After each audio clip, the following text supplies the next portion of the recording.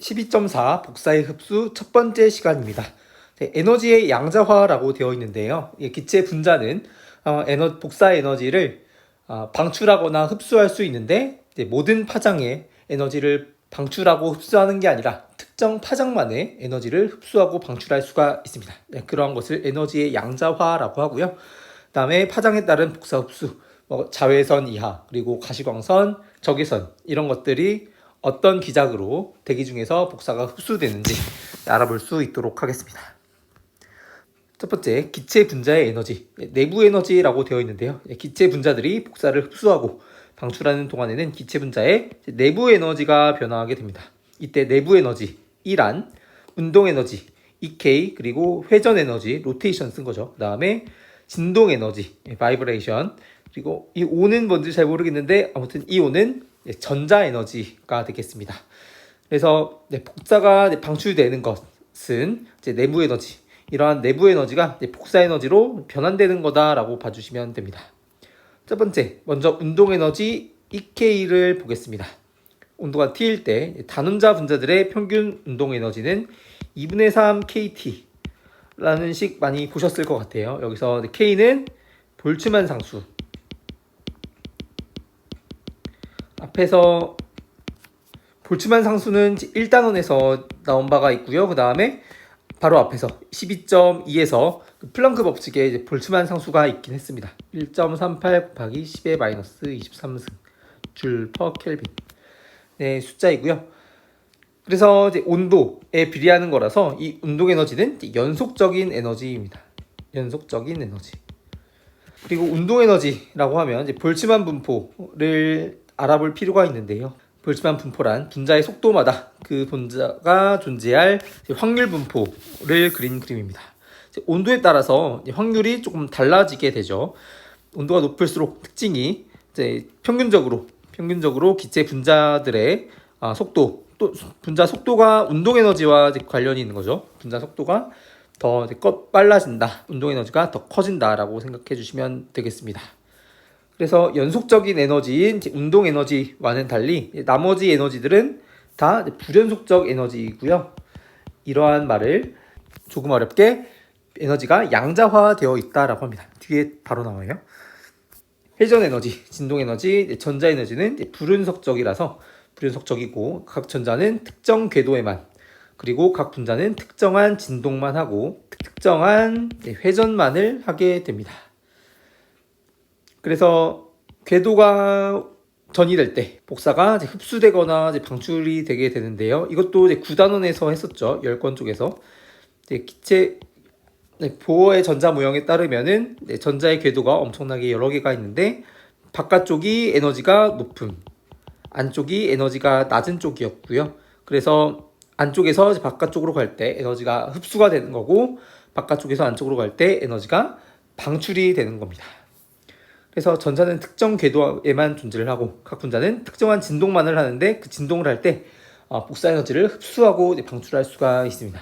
그리고 특정한 회전을 할 때 복사를 역시 흡수하거나 방출을 할 수가 있습니다. 그래서 에너지 준이라는 것을 만들게 됩니다.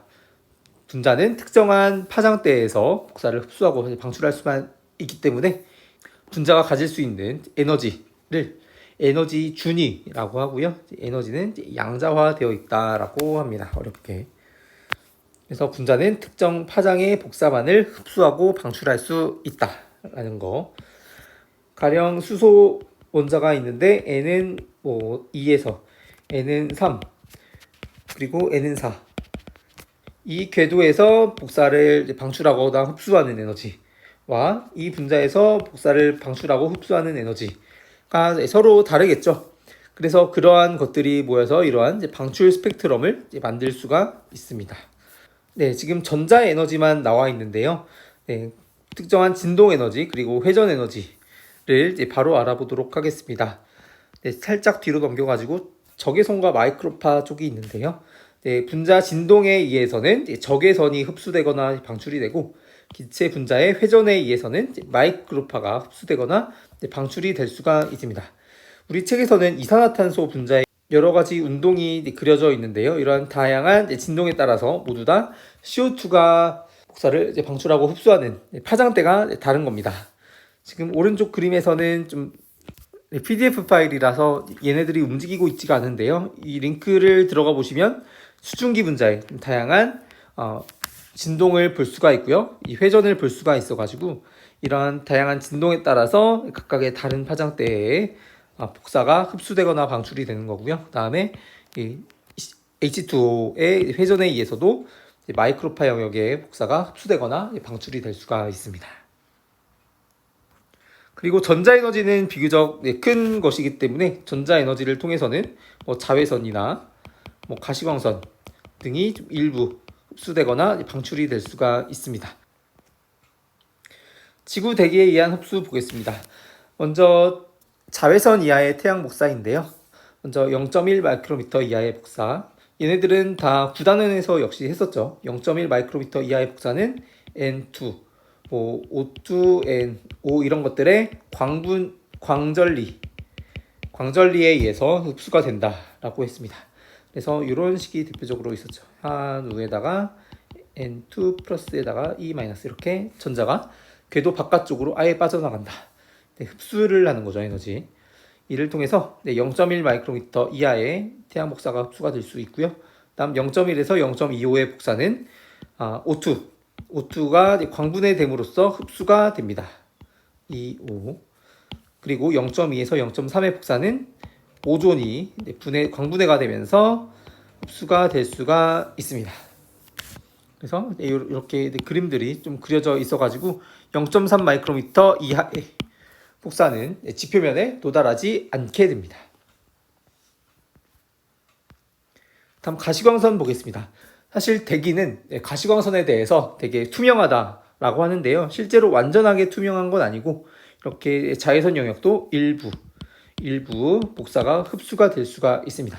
그것은 공기 입자에 의해서 레일리 산란이 되기 때문에 이것도 바로 뒤에서 배울 건데 12.6에서 배울 건데 어떤 입자가 있으면 가시광선이 입자로 들어오면 얘네들이 이제 모든 방향으로 산란을 하게 됩니다. 그러니까 앞으로 이제 나가는 것만 지표면에 도달할 수가 있는 거고 뒤로 가는 거는 지표에 도달하지 않게 되겠죠. 그리고 오른쪽 그림을 좀 설명드리면 가장 위에 있는 이 그림은 대기 상단에서의 복사의 크기이고요. 다음 아래쪽에 있는 이 복사는 지표면에서의 태양 복사입니다. 그래서 이만큼에 해당하는 것들은 태양 복사가 지표면 쪽으로 오면서 흡수되는 대기에 의해서 흡수되는 정도를 파장에 따라 나타낸 것이라고 봐주시면 되겠습니다. 오로라. 북극에서는 녹색 오로라가 발생할 수가 있는데요. 이것은 열권에서 산소 원자가 방출하는 녹색의 가시광선이다라고 합니다. 그러니까 산소 원자가 있는데 여기서 바깥쪽에 있던 기체 분자가 전자가 안쪽으로 오면서 복사 에너지를 방출하게 되죠. 그때 가시광선을 방출할 수가 있는데 보통 녹색의 가시광선을 방출한다라고 합니다. 그래서 녹색 오로라가 잘 나타날 수 있다라고 합니다. 그래서 적외선과 마이크로파를 했었는데요. 아무튼 진동에 의해서는 적외선이 흡수가 될 수 있는데 수증기 분자의 진동에 의해서는 이러한 다양한 파장대의 복사가 흡수가 될 수가 있고요. 오존에 의해서는 9.6이 여기 있는데요. 9.6 마이크로미터의 복사가 흡수된다. 이산화탄소에서는 역시 수증기보다는 덜하지만 다양한 파장대에서 복사가 흡수가 될 수가 있고요. 메탄도 마찬가지로 적외선 영역의 복사를 흡수할 수 있습니다.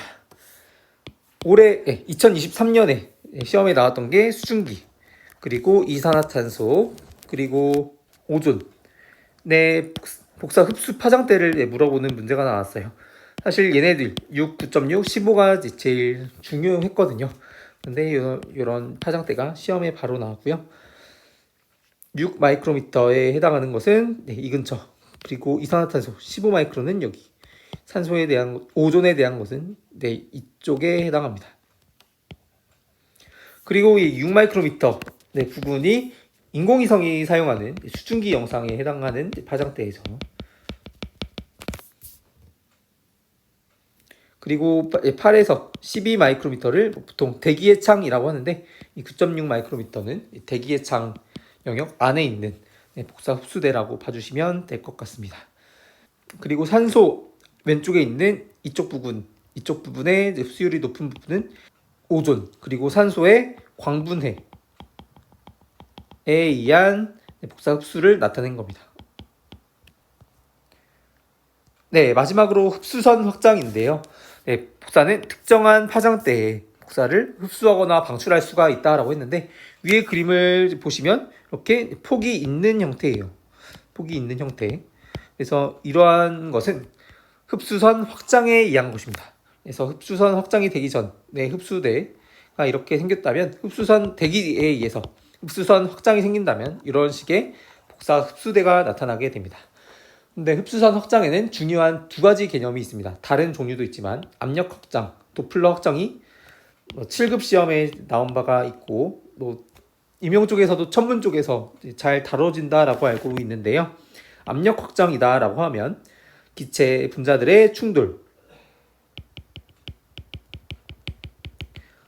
의해서 나타날 수가 있고, 그래서 기체 분자의 충돌이 잦은 대기 하층에서 잘 나타날 수가 있습니다. 20km 이하의 고도에서 잘 나타날 수가 있고요.